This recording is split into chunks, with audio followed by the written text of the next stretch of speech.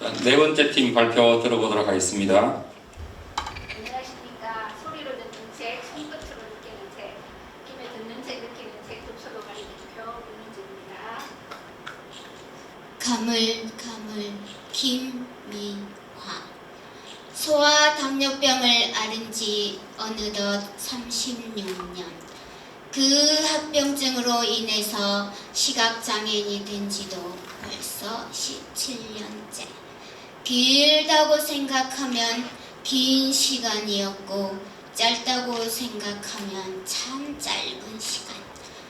나 어렸을 때 봉숭아 꽃잎 찧어서 손톱에 예쁘게 수놓았던 싱그러운 그 기억도 가물가물.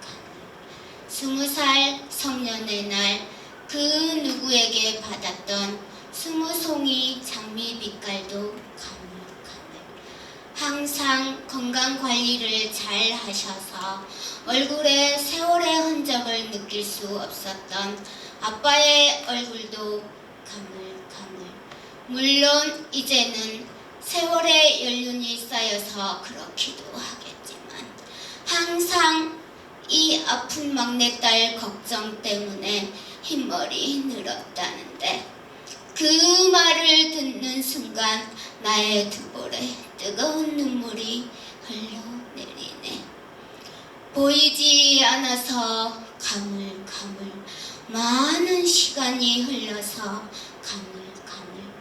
그립고 아름답던 시간도, 아프고 괴로웠던 추억도 이젠 머릿속 이 뿌연 연기처럼 가물가물.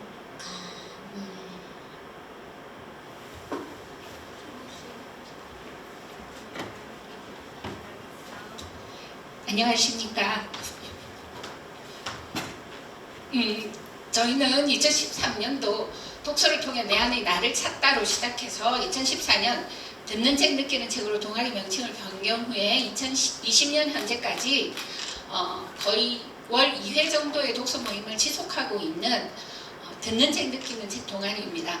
여러분들은 시각장애인 하면 어떤 생각이 드시나요? 혹시 머릿속에 심청이의 효도로 눈을 뜬 신봉사, 또는 점자를 만든 루이 브라이, 이 정도의 생각들을 가지고 계시겠죠. 그렇지만 방금 본 저 김미아 씨처럼 우리 평범한 이웃, 저렇게 평범하고 예쁘고 정말 착한 사람도 어떤 질병으로 또는 선천성으로 또는 사고로 시각장애인이 되는 것이 현실입니다. 그래서 현재 우리나라의 전체 시각장애인 수는 약 25만 명 정도가 되고요. 그런데 실제로 그런 시각장애인들의 숫자나 이들의 어떤 답답한 현실에 비해서 그들에게 주어지는 문화적 혜택은 지극히 적습니다. 그래서 우리는 이 독서 동아리가 시각장애인들에게 어떤 큰 의미가 있는가를 늘 생각합니다. 저희는 그동안 참 많은 일을 했습니다. 장애인 독서 한마당에 참여했고, 대한민국 독서대전에 참석해서 우리 동아리의 모습을 발표했습니다. 그때 강릉에서 우리 발표를 했을 때 그 참석했던 모든 사람들이 다 같이 울음바다가 되었던 그런 기억을 가지고 있습니다. 기리의 인문학을 수행했고, 창작시 음악축제에 우리들이 쓴 시를 음악으로 만들어서 발표하기도 했습니다. 굉장히 많은 행사에 참여했고 상을 받기도 했죠. 그리고 우리들은 이런 활동들을 통해서 시각장애인 문예 창작 작품집 흰 지팡이의 노래를 1, 2, 3권 발간했습니다. 흰 지팡이는 국제적으로 오직 시각장애인들만 쓸 수 있도록 규정되어 있습니다. 그래서 이들이 보이지 않지만 보이지 않는 눈으로 썼던 그 시들을 모아서 진정성 있게 담아낸 작품집들이 많은 사람들에게 기쁨과 감동과 보람과 희망을 주기도 했습니다. 시각장애인 창작시로 음악을 창작해서 음악축제를 개최했고요. 2016년부터 18년까지 김해 문화의 전당에서 합장으로 또는 재즈로 또는 트로트로 만들어진 우리들의 노래들이 발표되는 그 감격을 우리는 잊을 수가 없습니다. 그때 방금 시를 발표했던 김미아 씨의 노래가 나올 때 시 속에 나왔던 아버님이 하염없이 눈물을 흘렸던 기억이 지금도 새롭습니다. 자, 그리고 또 하나의 아주 큰 감동이 있었죠. 지금 저기 와 계시는 장용식 선생님, 이전에는 로프를 타고 벽에 페인트 칠을 하는 일을 하셨습니다. 그랬던 분이 시력을 잃고 한없는 나락으로 굴러 떨어졌을 때 저희 모임을 만났습니다. 그리고 정말 글이라고는 한 줄도 제대로 못 적던 분이 이렇게 2019년 9월에 수필가로 등단을 하셨습니다. 이 모임을 통해서 그래서 너무나 우리 독서 모임에 대해서 감사하다는 말씀을 많이 해주셨습니다. 바로 이런 기적 같은 일들이 가능한 것이 독서 모임이며 책을 통한 놀라운 기적이라고 저는 생각합니다.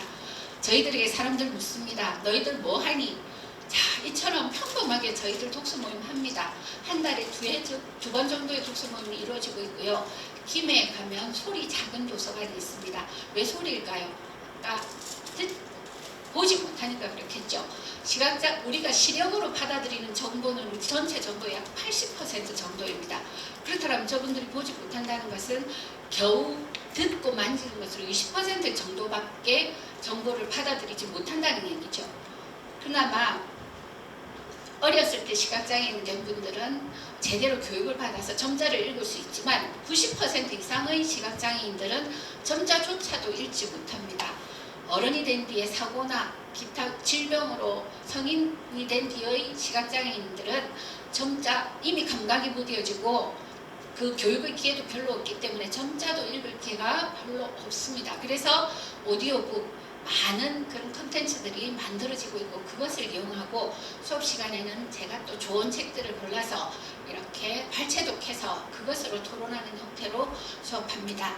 자, 이 모습은 창작 시음악 축제 때 그때 있었던 모습들을 내세운 겁니다. 맨 처음 무대에 불이 들어오지 않고 시각장애인들이 연주를 시작했을 때 사람들이 깜짝 놀랐습니다. 이렇게 큰 행사에 사고가 났나? 아니었습니다. 이분들은 보이지 않는 속에서 그렇게 연주를 할 수 있었죠. 보이든 안 보이든 이분들에게는 상관없었는데 정한인들은 그때 보이지 않는 것들이 어떤 느낌이라는 것을 아주 절실하게 깨달을 수 있었죠.